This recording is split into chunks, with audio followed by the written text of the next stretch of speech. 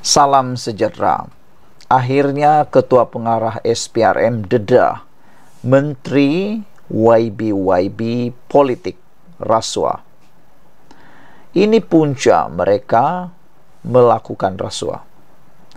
Bukan karena gaji rendah, bukan juga karena kemiskinan, tapi puncanya ialah kerana adanya peluang, tamak, dan suka hidup sementara di dunia ini. Ketua Pesuruhjah SPRM Azam Baki berkata, kemiskinan dan gaji rendah bukanlah faktor utama yang menyumbang kepada rasuah. Saya sangat setuju dengan apa yang dikatakan oleh Azam Baki ini. Memang betul, rasuah itu bukan disebabkan oleh kemiskinan, bukan juga oleh kerana gaji rendah. Kerana lihatlah, berapa ramai orang gaji rendah yang terlibat rasuah berbanding dengan orang yang gaji-gaji besar, YB menteri. Walau bagaimanapun, ada juga yang kata, memanglah orang yang bergaji rendah tidak terlibat dalam rasuah kerana mereka tidak punya peluang. Mereka orang-orang biasa yang buat apa nak dibagi rasuah, kata mereka. Orang yang bergaji rendah tu jauh sekali ada peluang untuk bagi rasuah. Tapi kembali semula kepada isunya, kenapa orang kaya tetap rasuah? Walaupun alasannya ada peluang, tapi kalau mereka tak nak mengambil, pasti ianya tidak akan juga berlaku meskipun peluang berjuta-juta.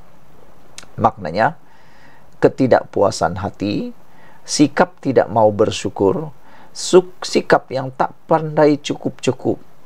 Bayangkanlah, sudah ada pendapatan sebulan 100-200 ribu, masih lagi sakau sini sana, makan seleweng, rasuah sini sana. Dan yang lebih mengejutkan kita ialah sifat mereka yang tak pandai rasa cukup. Sudah punya kereta sebuah Velfire, nak tambah lagi kereta Alphard. Sudah ada Alphard, tambah lagi rumah besar. Sudah rumah besar, tambah rumah baru. Sudah ada barangan kemas 1 peti, nak tambah jadi 2 peti. Orang ada berlian, dia nak juga berlian.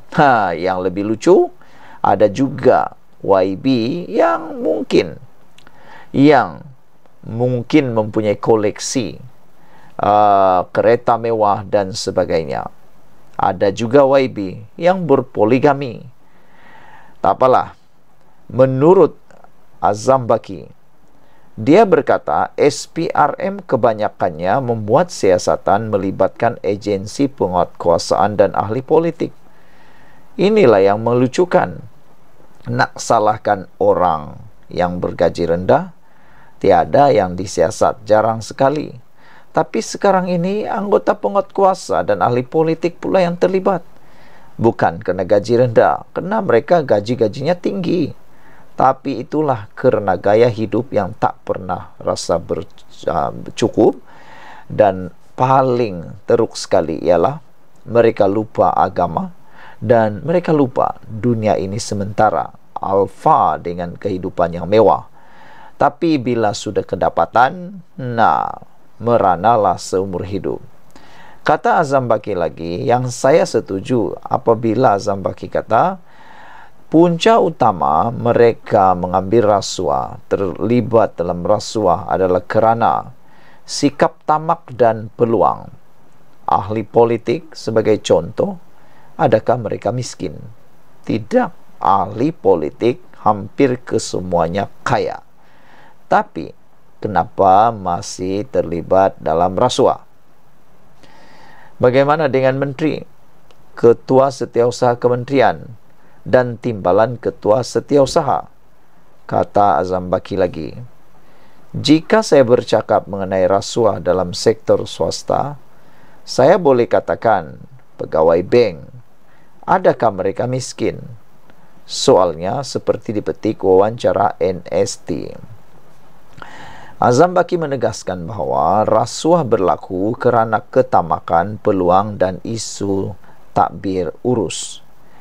Beliau mengusulkan agar kerajaan terus memperhalusi prosesnya dan mengamalkan amalan terbaik. Jika orang berpendapat rasuah berlaku kerana gaji yang rendah, saranan saya kepada kerajaan supaya berhati-hati tentang perkara itu, kata Azam Baki. Jika terus naik gaji dengan fikiran bahawa ia akan mengurangkan rasuah, jangan berfikir seperti itu. Jangan terus naik gaji dengan fikiran bahawa ia akan mengurangkan rasuah. Rasuah adalah mengenai ketamakan, peluang, sistem prosedur dan isu takbir urus, kata beliau lagi. Ketua agensi anti rasuah itu juga mengimbau lawatannya ke Jabatan Polis New York pada tahun 2011 mengatakan agensi berkenan menggunakan kaedah penyamaran untuk menyiasat pegawai rasuah. Jabatan Integriti dan Pematuhan Standard JIPS Polis Diraja Malaysia boleh menggunakan kaedah yang sama, katanya. Azam juga mencadangkan supaya Ketua Pengarah Jabatan Kastam Anis Rizana Muhammad Zainuddin menggunakan kepakaran SPRM dalam membenteras rasuah.